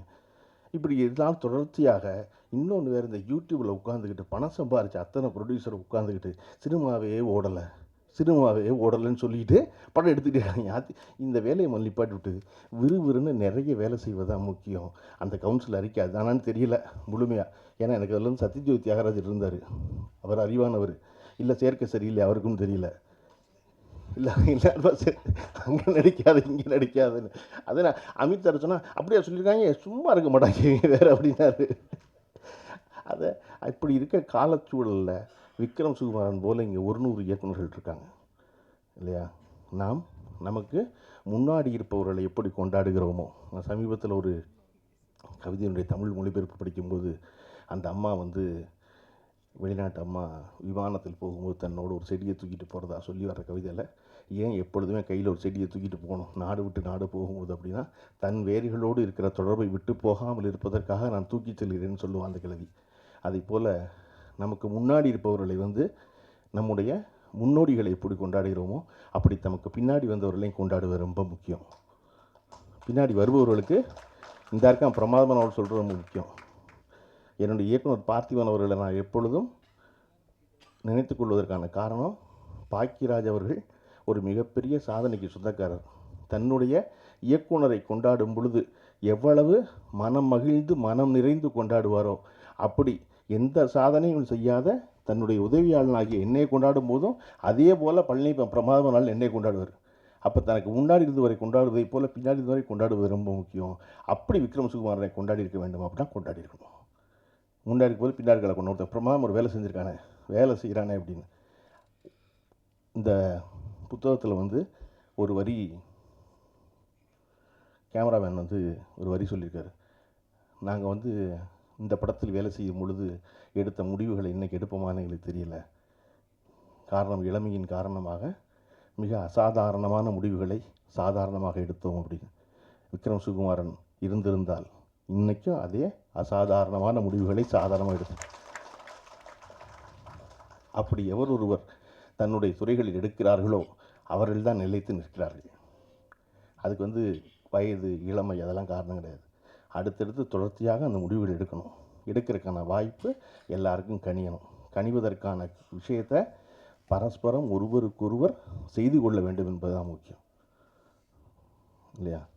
கலையரசனை ஏதோ ஒரு இடத்துக்கு போய்கிட்டு இருக்கும் பொழுது ஃபோன் பண்ணி கூப்பிட்ட ஒரு உதவி இயக்குனர் வரல, அந்த உதவி இயக்குனர் இருப்பார், அந்த உதவி இயக்குனரை தூக்கி கொண்டு போய் இயக்குனர் ஆக்கிற முழு படங்கள் மட்டும்தான் படங்கள்ல இருந்து புத்தகங்களாக மாறுது. இதற்கு முக்கியமாக காரணமாக இருந்த இந்த படத்துக்கு ப்ரொடியூசராக இருந்த ஜிவி பிரகாஷ் அவர்களுக்கு இயக்குனர் விக்ரம் சுகுமார் அவங்க குடும்பத்து சார்பாக நன்றி தெரிவிச்சுக்க வேண்டிய நேரம் இது. ஏன்னா அன்னைக்கு அந்த ப்ரொடியூசர் அந்த யங் ஏஜில் அந்த டெசிஷன் எடுக்கலை அப்படின்னா இன்னைக்கு இப்படி ஒரு படைப்பு, இன்னைக்கு ஒரு புத்தகம், இப்படி ஒரு பெரிய விழா எதுவுமே நடந்திருக்காது. இந்த நேரத்தில் ஜிவி பிரகாஷ் அவர்களுக்கு, ப்ரொடியூசர் ஜிவி பிரகாஷ் அவர்களுக்கு மிகப்பெரிய நன்றி. அடுத்ததாக இவரை பற்றி பேசணும். பொறுப்பு கலையரசனுக்கு இருக்குது. கலையரசனுக்கு மட்டும் இல்லை, கலையரசனும் உதாரணம். கலையரசன் ஏன்டா பைபிள் இத்தனை பேர் உட்காந்துருக்கு, என்னை மட்டும் கோர்க்குற மாதிரி நினச்சிக்கூடாது. இல்லை அது போல் இல்லை, சொல்கிறேன் கண்டிக்கிட்டு இல்லை, தொடர்ச்சியாக பண்ணுறது முக்கியம். தொடர்ச்சி அது வெறுமனை நீங்கள் சொன்னீங்க இல்லையா, கல்யாணத்துக்கு போகும்போது 10,000 மொய் செய்வாங்கன்னு, அந்த மொய் மறுபடியும் திருப்பி அடுத்த அவன் செஞ்சால் தான் அவன் செய்வான் திருப்பி. அது தெரியாது உங்களுக்கு மதுரையில். இல்லாட்டா மைக்கு போட்டு கூப்பிடுவாங்க தெரியுமா உங்களுக்கு பீஞ்சூரில் தெரியாது, மைக்கில் கூப்பிடுவாங்க. தான் வேலராமூர்த்தி தெரியும், எப்படி சிரிக்கிற பாருங்க, மைக்கில் கூப்பிடுவாங்க ஆளுங்க. தங்கச்சி மகளுக்கு மொய் செஞ்ச வகையில் பண்ண பணம் 10,000 எடுத்துக்கணும்னு இன்னும் வந்து சேரல. ராமமூர்த்தி எங்கே இருந்தாலும் வர வேண்டியது மாதிரி ராமமூர்த்தி பந்தியில் உட்காந்து தான் உதறிட்டு வரணும். அந்த மாதிரி பதிலுக்கு பதில் செய்வது இல்லாமல் செய்வது இயல்பாக ஒருவர் தாங்கி பிடிப்பது என்பது இருக்கு இல்லையா. இன்றைக்கி சிவனம்மான்னு ஒன்று தெரிஞ்ச உடனே இத்தனை இயக்குநர்களை கொண்டாடுவதை சொல்லி மகிழ்கிறார்கள் அந்தம்மா. அப்போ ஒரு இடத்துல தெரிஞ்சிட்டா போதும், அந்த மாதிரி ஒரு தடவை செஞ்சுட்டா போதும், அதை தொடர்ந்து செய்ய வேண்டியது இருக்கிறது. இதை ஏன் என்னாலேயோ அமீராலேயோ ஒரு மேடையில் உட்காந்து அவனை வச்சு நீ படம்னு சிரிச்சிக்க முடியுதுன்னா, நாங்கள் அமீர் கமல்ஹாசன் ரசிகன், நான் ரஜினிகாந்த் ரசிகன். ஆனால் 2 பேருக்கு பிடிச்ச ஒரு வருஷம் என்னென்னா, 2 கை 2 கால் இல்லாட்டினாலும் இந்த காளி பொழைச்சிக்குவான் சார், இந்த காளி கெட்ட பைசாருன்னு நினச்சி இருந்தவங்க. மகேந்திரன் சார்கிட்ட சொல்லி நான் மகிழ்ந்துருக்கேன். எப்படி சார் அப்படி ஒரு வருஷம் எழுதுறீங்க அப்படின்னு. அது நம்ம தானே அப்படிம்பாரு, அடிக்குறல் அது நம்ம தானே அப்படிம்பாரு.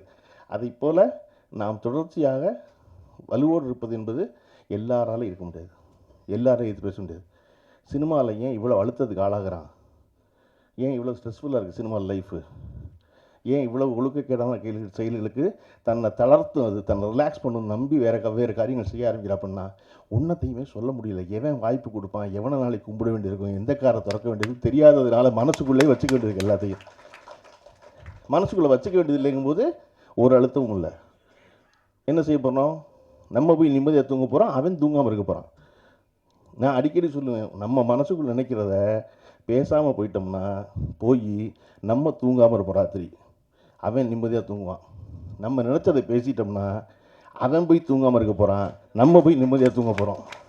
அப்போ நமக்கு பிபி வராது, நமக்கு ஹார்ட் பிளாக் கிடையாது, நமக்கு ஒன்றும் இல்லை. நம்ம பாட்டுக்கு அடுத்த நாள் புத்தகத்தை படிச்சுட்டு வேலராமூர்த்தியவோ பிரபஞ்சனையோ படித்து விட்டு நம்ம பாட்டுக்கு பேசாமல் இருக்கலாம் இல்லையா. அப்போ இங்கே அதை போல் வாய்ப்பு எல்லோருக்கும் வாய்ந்ததில்லை. விக்ரம் சுகுமாரனுக்கு அமைஞ்சதுக்கான காரணம் அவருக்கு தைரியம் தான். எனக்கு சோப்பு டப்பா கூட கிடைக்கல அப்படின்னு சிரிச்சுட்டு ஏன் சொல்ல முடிஞ்சு அப்படின்னா, அதெல்லாம் வாங்கிக்கலாம் பரவாயில்லன்னு ஒருத்தர் நினச்சிருக்கான்.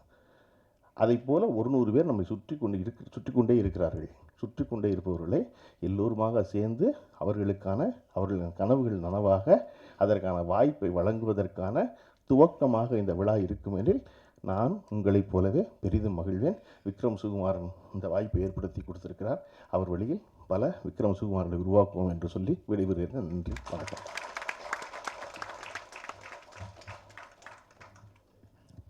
வாழ்த்துறை வழங்கியமைக்கு நன்றி சார். நீங்கள் சொன்ன மாதிரியே அந்த 4th வால் பிரேக்கிங் உங்கள் பேச்சாற்றலில் இருந்தது. இந்த நேரத்தில் ஒரு முக்கியமான விஷயத்தை பகிர்ந்துக்கணும்னு நினைக்கிறேன். புத்தகங்கள் அதுக்கும்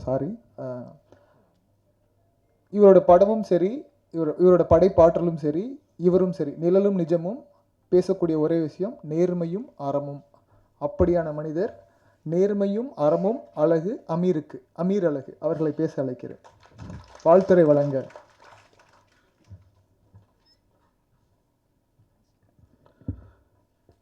அரங்கத்தில் இருக்கும் அனைவருக்கும் இறைவன் புறத்திலிருந்து சாந்தியும் சமாதானம் உண்டாகட்டும். ஒரு வழக்கமான சினிமா விழாவாக இருந்திருந்தால் நானும் பழனியப்பனும் அருகருகே உட்கார்ந்திருக்கும் போது மேடையில் பேசிக்கொண்டிருந்தவர்களையும் அல்லது அடுத்து பேச போகிற விஷயங்களையும் குறித்து நிறைய சிலாகிச்சு கிண்டலாகவும் காமெடியாகவும் தான் இருந்திருப்போம். ஆனால் இந்த நிகழ்ச்சி அப்படி இருக்கக்கூடாதுன்னு தான் ரொம்ப கவனமாக 2 பேரும் ஒருத்தர் பார்த்துக்கவே இல்லை. ஆமாம், இந்த நிகழ்ச்சியை எப்படி, இந்த விழாவை எப்படி கடத்துறதுன்றது இருக்குல்ல. விக்ரம் சுகுமார் என்ற படைப்பாளியுடைய அந்த படத்துக்கு கிடைத்த வெற்றியை பற்றி பேசுவதா, அல்லது அப்படி ஒரு படைப்பை கொடுத்த அந்த படைப்பாளி நம்மோடு இல்லைன்ற வருத்தத்தை தெரிவிச்சுக்கிறதான்றது, அதையும் மீறி ஒரு 2 தடவை பேசிட்டோம். அது எங்களால் கட்டுப்படுத்த முடியலை. ஆனால் இந்த அரங்கம் அமைதியாக இருந்து கொண்டிருக்கும் பொழுது விக்ரம் சுகுமார் அவர்களை இழந்து வாடக்கூடிய அந்த தாயாரும் சிரித்து மகிழக்கூடிய ஒரு பேச்சை வந்து கருப்பழனியப்பன் கொடுத்துட்டு போயிட்டார். அந்த நிகழ்ச்சியுடைய மூடையே மாற்றிருக்காரு. வாழ்த்துக்கள். நன்றி கரு. மேடையில் என்னை அழைக்கும்போது நண்பரை பற்றி பேசுவதற்கு அப்படின்னு சொன்னாங்க. உண்மையில் விக்ரம் சுகுமார் எனக்கு நண்பர் கிடையாது. அவர் அதிகம் அறிமுகமும் கிடையாது. அபிராமி தேட்டரில் தான், சென்னை அபிராமி தேட்டரில் தான் அவருடைய படம் பார்த்தேன். அவர் படம் பார்க்கும்போது, படம் துவங்கினதுக்கு பின்னாடி போய் உட்காந்து நான் படம் பார்த்தேன். அந்த திரையரங்கில் அன்றைக்கி படம் பார்த்துட்டு இருந்ததில் பெரும்பான்மையான ஆடியன்ஸ் வந்து ஏதோ கல்யாணத்துக்கு வந்த ஆடியன்ஸ்னு நினைக்கிறேன். எல்லாம் மதுரைக்காரங்க. படம் முடிஞ்சு லைட்டு போட்டவுடனே தான் என்னை பார்த்தாங்க. என்னை பார்த்த உடனேயே பூரா எல்லாமே அந்த மதுரை, உசிலம்பட்டி, தேனி எல்லாம் இந்த பக்கம் இருக்கிற அந்த பகுதி மக்கள், அவங்க என்னை பார்த்த உடனேயே அவங்க அண்ணேன்னு வந்து வேகமாக கட்டி பிடிச்சிட்டு அவங்க சொன்ன வார்த்தை இன்னும் எனக்கு நினைவு இருக்குது. அண்ணே, உங்கள் படத்தில் எதையெல்லாம் நீங்கள் விட்டுருந்தீங்களோ அதை பூரா தம்பி வச்சு செஞ்சுட்டானே படத்தில். இதுதான் அந்த வார்த்தை, வச்சு செஞ்சுட்டாங்க. எனக்கு அப்பவும் விக்ரம் சுகுமாரன் யாருன்னு தெரியாது. அந்த படத்தோட இயக்குனர்னு தான் தெரியும். இப்போ படம் பார்த்ததுக்கு பின்னால் தான் எனக்கு அவர் பாலுமேந்திராவோட ஸ்டூடெண்ட்டு, வெற்றிமாறனுடைய அசிஸ்டண்ட்ன்ற விவரங்கள் எல்லாம் தெரிஞ்சுக்கக்கூடிய வாய்ப்பு இருந்தது. அந்த படத்தில் ரொம்ப முக்கியமான விஷயமாக நான் கருதுறது என்னென்னா, ஒரு இளவில் தான் படம் தொடங்கும். கர்மாத்தூர் முனுசாமியை பற்றிய பாடல்களோடு தொடங்கி அந்த ஜெயக்கொடி தேவருடைய மரணத்தில், அதில் தானே தொடங்கும். படம் முடியும் போதும் ஒரு இளவில் தான் முடியும். ஒரு இயக்குனருடைய சிந்தனையை நான் பார்க்குறேன். இப்போ நான் கூட திருவிழாவில் தொடங்கி இளவில் முடிச்சிருப்பேன். பருத்தி வீரனில் ஒரு படி மேலே போகிறார் விக்ரம் சுகுமாரன். இளவில் தான் தொடங்குறாரு, இளவில் தான் முடிக்கிறாரு படத்தை. அப்போது ஒரு இயக்குனர் எப்படா இப்படி சிந்திக்க முடியுது அப்படின்னா, உண்மையிலேயே அந்த மண்ணோடு வாழ்ந்த, அந்த மக்களை நேசித்த ஒரு உண்மையான படைப்பாளியால் தான் இப்படிலாம் சிந்திக்க முடியும். அப்படி ஒரு படைப்பாளியாக விக்ரம் சுகுமாரன் வாழ்ந்திருக்காருன்றது தான் இந்த படத்தின் மூலமாக நம்ம தெரிஞ்சுக்கிறது. அதுக்கப்புறமா விக்ரம் சுகுமாரனை நான் பார்த்ததுக்கான சூழல் வந்து கருவுக்கு நினைவு இருக்குமான்னு தெரில. நம்ம ஜனாவுடைய மரணத்தில் அங்கே வந்து உட்கார்ந்துருந்தார், இயக்குனர் ஜனநாதனுடைய மரணத்தில்.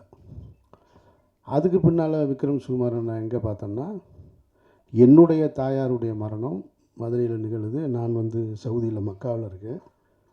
நான் ஒரு நாள் தாமதமாக தான் வந்தேன். நான் அங்கேருந்து வந்து சேரும்பொழுது அந்த இடத்துல என்னுடைய தாயார் மரணத்தில் நடிகர் அருள்தாஸோடு என் கூட வந்து பின்னாடி உட்காந்துருந்தார். அப்போ அருள்தாஸ் தான் கூப்பிட்டு விக்ரம் உட்காந்துருக்காப்புலன்னு. இப்படி நான் பார்த்த இடங்கள் பூரா விக்ரம் சுகுமாரனை இப்படி தான் பார்த்துருக்கேன். நான் அதிகம் பேசி பழக்கம் இல்லை. அப்படி இருக்கும்போது இந்த நிகழ்ச்சிக்கு கூப்பிட்ட உடனேயே வரணும்னு தோணுனதுக்கு காரணம் வந்து, ஒரு படைப்பாளி அவருடைய சாதனைகளை, அடுத்தடுத்த சாதனைகளை தொடர்வதற்கு முன்னாலே இந்த மண்ணை விட்டு மறைஞ்சிட்டார். ஆனாலும் அவருடைய நண்பர்கள், கார்த்திக் நினைக்கிறேன், அவர் தான் என்னை வந்து சந்தித்தது. அவருடைய படைப்பை ஒரு புத்தகமாக போடுறது அப்படின்ட்டு இருக்கு இல்லையா, இந்த முயற்சி, அந்த முயற்சிக்கு நம்ம ஒரு சின்ன பங்களிப்பு போய் செய்வோமே அப்படின்னு தான். அதான் ஊர்லேருந்து இந்த நிகழ்ச்சிக்காக தான் மதுரையிலேருந்து வந்தேன். நான் ரம்ஜான் நேரம் அங்கே இருக்கேன். நான் அதில் இங்கே வந்து பேசியவர்கள் எல்லோரையும் பார்க்கும் பொழுது, இங்கே இருக்கக்கூடிய மேடையில் இருக்கக்கூடிய அத்தனை பேரும் எனக்கு வந்து, இவர்களோடு உதயகுமார் எனக்கு பல வருஷமாக தெரியும். ஆனால் உதயகுமாரோட நேரடியாக வேலை செய்யலை. கலையரசனை எனக்கு தெரியும். ஆனால் கலையரசனோட 2 முறை படம் நடிக்க வாய்ப்பு வந்து நடிக்கலை. கதிரையும் தெரியும், வாய்ப்பு இல்லை. அண்ணன் வேலராமமூர்த்தி, அவரையும் எனக்கு ரொம்ப, இவங்க எல்லாமே மனதுக்கு நெருக்கமானவங்களாக இருக்காங்க. இதில் ஒரே ஒருத்தவங்க தப்பிச்சிட்டாங்க, விஜயம்மா மட்டும். அவங்களும் எனக்கு ரொம்ப நாள் தூரமாக தான் இருந்தாங்க. அந்த செவனம்மாவும் அவங்களோட இப்போ ஒரு படம் நடிச்சிருக்கேன் நான். அதனால் அவங்க ரொம்ப எனக்கு நெருக்கமாயிட்டாங்க. மற்றபடி இந்த படத்தை பற்றி சொல்லும்போது, இந்த படத்துக்கு தேசிய விருது கிடைக்கல அப்படின்னு சொன்னாங்க. உண்மைதான். விருதுகள் இங்கே கொடுக்கப்படுவதில்லை, விற்கப்படுகிறதுன்னு பல முறை நான் சொல்லிக்கிட்டே இருக்கேன். நான் நியாயமாக கொடுத்துருக்கணும், இயக்குனருக்கு கொடுத்துருக்கணும். இந்த படத்துக்கு ஒரு தேசிய விருது நடிகர்களுக்குன்னு கொடுத்து 4 பேர்த்துக்கும் பிரித்து கொடுத்துருக்கணும். அண்ணன் வேலராமூர்த்தி கொடுத்துருக்கணும், செவனம்மா கொடுத்துருக்கணும், கலையரசனை கொடுத்துருக்கணும், கதிர், யாருமே எங்கேயுமே சோட போகாதது. இந்த படத்தை பார்த்துவிட்டு இந்த படம் பற்றிய ஒரே ஒரு கருத்தை மட்டும் நான் பதிவு பண்ணேன். அந்த கிளைமேக்ஸ் மட்டும் எனக்கு அப்போது உடன்பாடு இல்லை அப்படின்னு சொல்லி நண்பர்களோடு நான் பதிவு பண்ணேன். அதுக்கு காரணம் அவருடைய எழுத்தில் இருந்த குறையாக நான் பார்க்கலை. அது வேறு ஒரு கருத்தை பதிவு பண்ணுது. ஏன்னா அந்த சமூகத்தோடு சின்ன வயசுலேருந்து நான் நிறைய தொடர்போடு வளர்ந்தவன். நான் மதுரை யானைக்கல், எனக்கு பக்கத்தில் செல்லூர், இந்த பக்கம் தைக்கால் தெரு, எல்லாமே கல்லர் சமூகம்தான். அப்புறம் நான் ஸ்கூல் படித்தது நாமலபுரக்கோட்டை, நடுமுதலைக்குளம், கருமாத்தூர், உசிலம்பட்டி, எல்லாமே எனக்கு ரொம்ப பழக்கம். அதனால் அந்த ஒரு இடம் எனக்கு நெருடலாக இருந்தது அப்போது. அது ஒன்றும் கடந்தாச்சு, அது புத்தகமாயிருச்சு, பாடமாயிருச்சு. அண்ணன் திருநாவுக்கரசர் சொன்ன மாதிரி அமெரிக்காவில் பாடமாக இருக்குது, இப்போ போய் அதை சொல்லி என்ன செய்ய. இந்த விருதுகள் கொடுக்கப்படலைன்னாலும், அது கொடுத்துருந்தாலும் 1 வருஷம் கொடுத்துருப்பாங்க, அது மறந்துருக்கும். ஆனால் காலமும் நிலைத்து நிற்கிறது மாதிரியான புத்தகமாக வந்திருக்கிறது என்பது விக்ரம் சுகுமாரனுக்கு கிடைத்த பெருமையாக நான் நினைக்கிறேன். பெருமையாக நினைக்கிறேன். எல்லா மனிதர்களுமே பிறந்துக்கிறோம், வாழ்கிறோம், ஒரு நாளைக்கு போகத்தான் போகிறோம். சிலர் மட்டும்தான் அடையாளமாக இருக்காங்க, சிலர் மட்டும்தான் அவங்களை மனதில் நினச்சிக்கிறாங்க, சிலர் மட்டும்தான் நன்றியோடு இருக்காங்க. அந்த நன்றியின் உச்சகட்டமாக தான் அண்ணன் வேலராமமூர்த்தி பேசின அந்த வார்த்தை.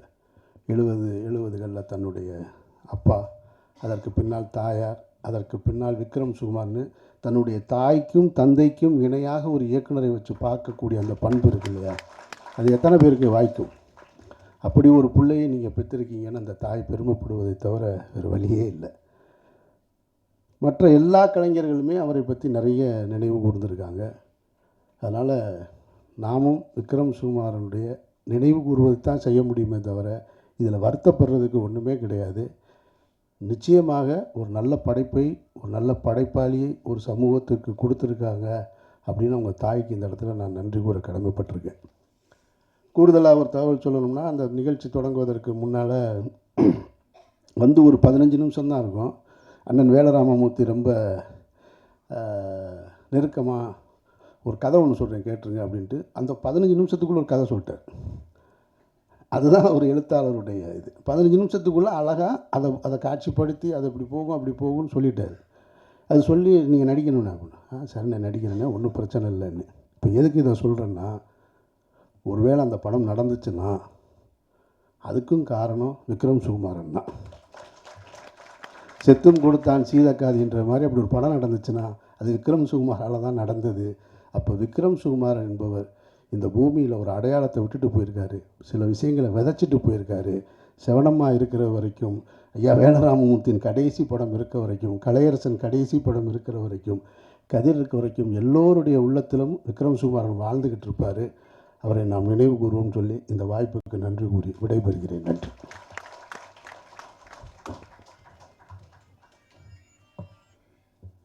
வாழ்த்துறை வழங்கியமைக்கு நன்றி சார், தேங்க்யூ ஸோ மச்.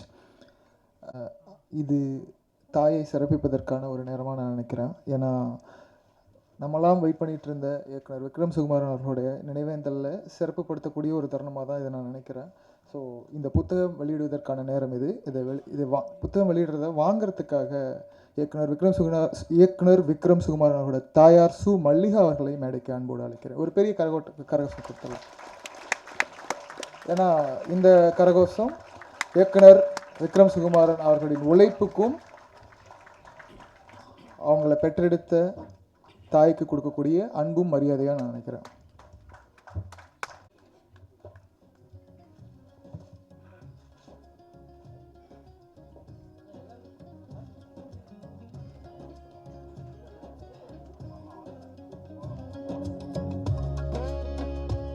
இயக்குனர்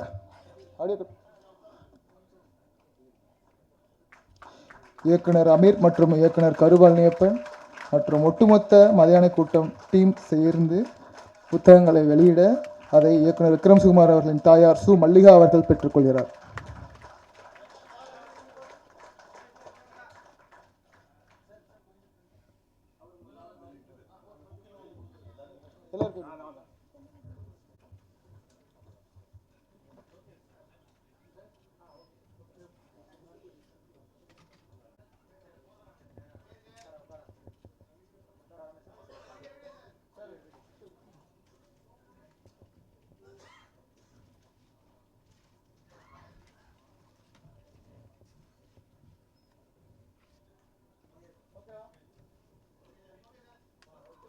Thank you.